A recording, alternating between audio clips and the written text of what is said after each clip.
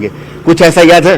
Sir हमारा actually training का schedule बना हुआ था, तो वो दिमाग में चला था कल का शेड्यूल क्या है, हमें उसके अकॉर्डिंग काम करना है। सब कोऑर्डिनेट कर रहे थे आपस में, फिर पता चला ये आदेश आ गया, फिर तो अब क्या करें कुछ समझ में नहीं आया, उदास हो गया सब, घर वाले भी परेशान थे, अभी जाके ठीक हुए हैं। देखिए अधूरा जो है जब वो पूरा होता है तो आदमी ऐसे ही निकल कर बाहर सामने आता है ना। पीछे थे अधूरे थे, सामने आ गए पूरे हो गए। अब ये बता दीजिए हमको कि अब जाएंगे, पोस्टिंग कहाँ है आपकी? सर मेरी चानो ब्लॉक में चानो में। Yes sir. तो जाकर सबसे पहले मन में क्या प्लान किया? इससे आया होगा तब वो दिमाग में तो नौकरी याद आ गई होगी कि अब जाना है वो काम करना है। तो कौन सा काम करना है? हम लोग सवाल एक सवाल लेंगे अभी, कौन सा काम करना है बड़ी तेजी से? सर आज हमारे मतलब जब हमारे हेल्थ डिपार्टमेंट के साथ एक हमारे समर कैंपेन के थ्रू बच्चों के जो कुपोषित बच्चे थे उन्हें हमें आइडेंटिफाई करके उनको जो रिलेवेंट स्कीम होती है उनके आधार पे उन्हें बेनिफिट देना था। क्या बात है, आपका कौन सा काम है? मैं और मांझी ब्लॉक में पदस्थापित हूँ अभी, तो हमें डिसाइडेड था कि वेडनेसडे थर्सडे सारा शेड्यूल बना हुआ था, कम्युनिटी बेस्ड इवेंट सब था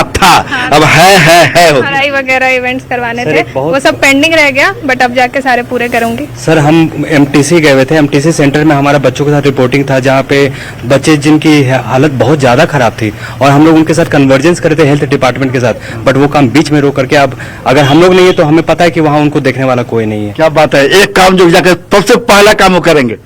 हमने रात में ही प्लान किया कि सुबह हमें कैसे जाना है, और VHSND होता है, ये कुपोषित बच्चों के लिए होता है, और महिलाओं की सर्वे करने का हमारा एक प्लान था, और उसको हम लोगों ने उसे चेकलिस्ट बना करके रखा था कि कल क्या क्या जाके आंगनवाड़ी केंद्रों में करना है। और CDPO बाल विकास परियोजना पदाधिकारी सब कुछ बच्चों और महिलाओं से जुड़ा हुआ, तो महिलाओं से जुड़ी हुई जितनी भी है उन्हें क्या क्या वैक्सीनेशन देना है, ये सारा जाके हमें मॉनिटर करना था कि जी बिल्कुल संजय, तो वहाँ पर कई सारे काम अधूरे पड़े थे और अब वापस जब एक बार सुप्रीम हाई कोर्ट से राहत मिली है तो अब वापस वो काम पर लौटेंगे। गौरव आप भी वहां पर मौजूद हैं, हाई कोर्ट के सम्मान में लोग यात्रा निकाल रहे हैं, उनसे भी आप पूछिए कि उनके दिमाग में ऐसा कौन सा काम था जो वो करने वाले थे अगले दिन, लेकिन अचानक से सरकार का फैसला आया और वो अधूरा रह गया और अब वो पूरा कर सकेंगे।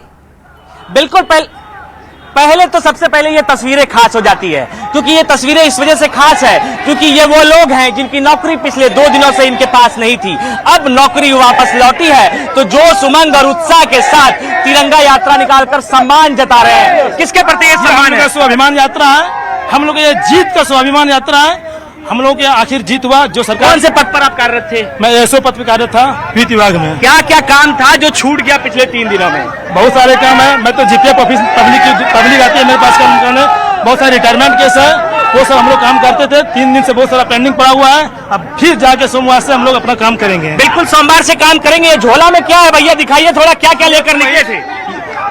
ये देखिए, ये अधिकार जो मांग रहे थे, अधिकार इन्हें मिल गया, तो कहा कि माननीय हाई कोर्ट पे हम लोग को भरोसा था और माननीय हाई कोर्ट से हम लोग को न्याय मिला। आवाज दो, आवाज दो।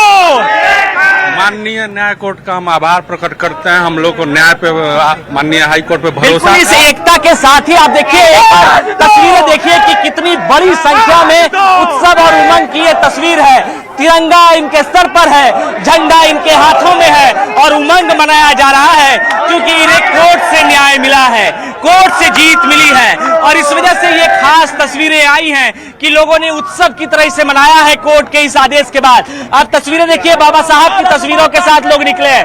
क्या संदेश लेकर निकले थे और क्या रहा पिछले 2 दिन? हम लोग बस यही संदेश लेकर निकले थे कि जो हम लोग के साथ गलत हुई है उस गलत को हम लोग टैकल करेंगे और अपने न्याय के लिए लड़ेंगे। किस पद पर आप थे?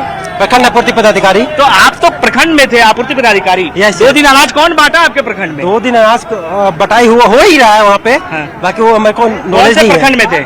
प्रखंड बिशनपुरा। अभय तिवारी भी प्रखंड विकास आपूर्ति पदाधिकारी ही थे, तो वो आप उनसे जाके पूछा जाए कि वो कैसे आए यहाँ पे। आप उनसे जाके पूछा जाए कि कैसे आए हैं, आप क्या किए हैं। कहाँ घर हुआ आपका? हमारा घर हजारीबाग है। बिल्कुल, आप देखिए कि बड़ी संख्या में जो लोग हैं वो उत्सव और उमंग मना रहे हैं। कोई प्रखंड आपूर्ति पदाधिकारी है, कोई CDPO है, किसी के पास जो है एसओ का पद था। तमाम जो लोग थे पिछले 2 दिनों से जिनके सर पर बेरोजगारी का ठप्पा था, आखिरकार कोर्ट ने उन्हें न्याय दिलाया है और वो वापस लौटे हैं। आप कौन से पद पर थे साहब, ये बताइए? हम लोग असिस्टेंट सेक्शन ऑफिसर के पद पे थे। ये झोले में क्या क्या है? छाता है और पानी।